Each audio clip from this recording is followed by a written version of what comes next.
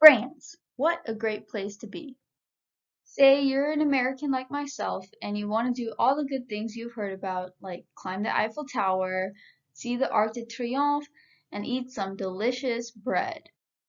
But what if, and just hear me out now, what if you want to be part of something bigger than you?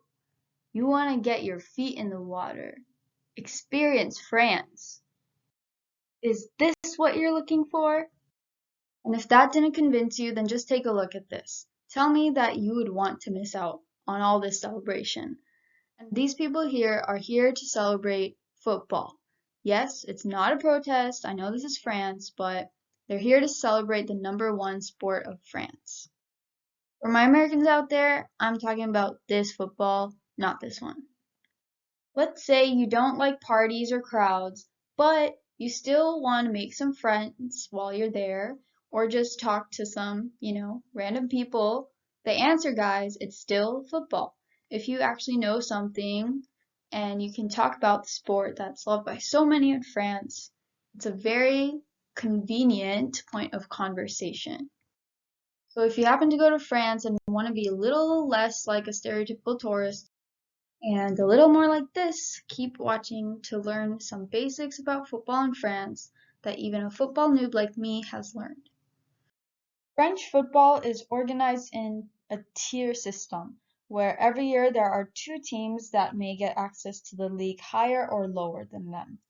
The highest league we have here is Ligue 1, which has the 20 best French football teams. And then following that, we have Ligue 2, which also has 20 teams.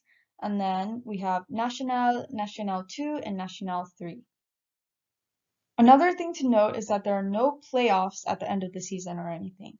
This means that the team that finishes at first at the end of a total of 38 games wins the league title. In addition to the league titles, we also have the National Cup of France, called La Coupe de France, where both amateur and professional teams take part. It happens in a knockout-style competition in a total of 14 rounds. Now we have come to the good part. If you're going to France and you want to talk football, you've got to familiarize yourself with at least some of the teams. These teams here I've listed are the 10 teams with the most national title leagues, and therefore they're probably some of the most famous. And we see AS Saint-Étienne's symbol right here, and then this one is for Paris. The Paris team is actually a very rich team that signed Mbappe and Neymar. It's very rich because actually Qatar bought it in 2012. And then finally, we have the symbol for Olympique de Marseille right here. Now we've come to my favorite part, which is derbies. A derby is just a rivalry between two close-by cities. The biggest one is the AS Saint-Étienne versus Olympique Lyonnais. If I ever had a chance, or if you ever go to France and have a chance to see this game, then please do it. I think it would be super exciting.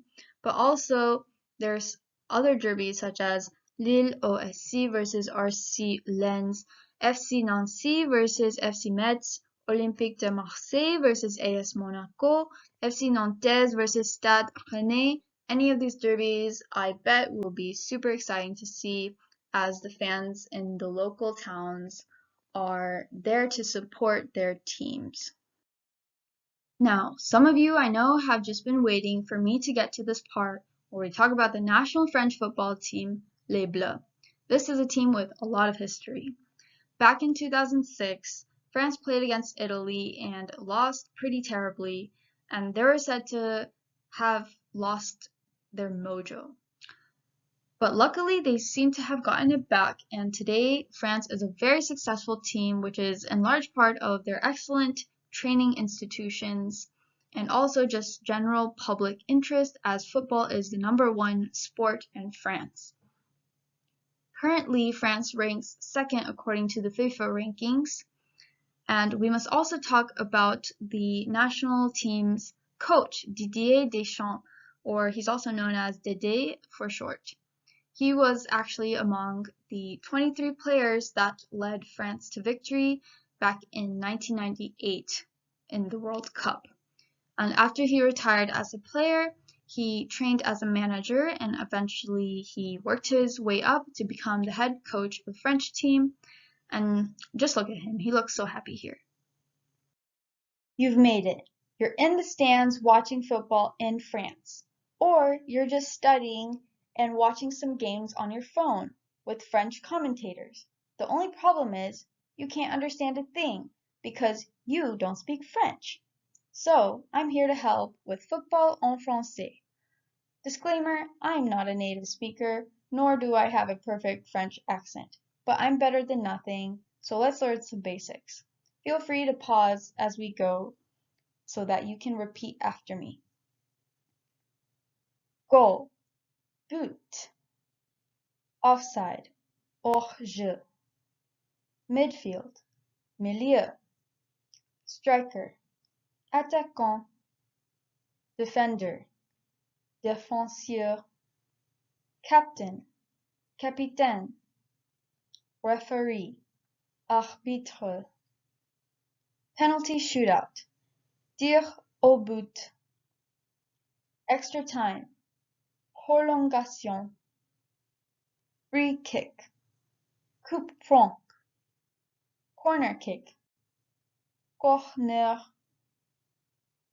Now, while you're in France, you may hear this word, footix or footix, and it's one of the worst insults that you can give to another football fan because it means that they don't know much about football, they're not real supporters, or worst of all, they have just started to follow a particular team because it's recently been winning a lot.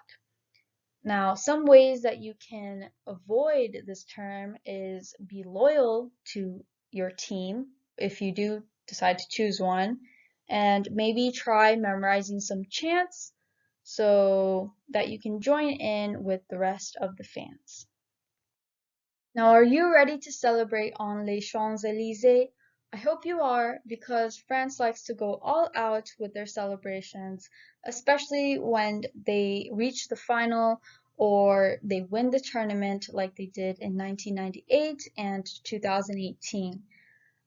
This is the most famous avenue in France, and it will become crowded with thousands of super excited fans that will be partying, singing, and drinking champagne until they see the daylight. I hope you guys have a lot of fun.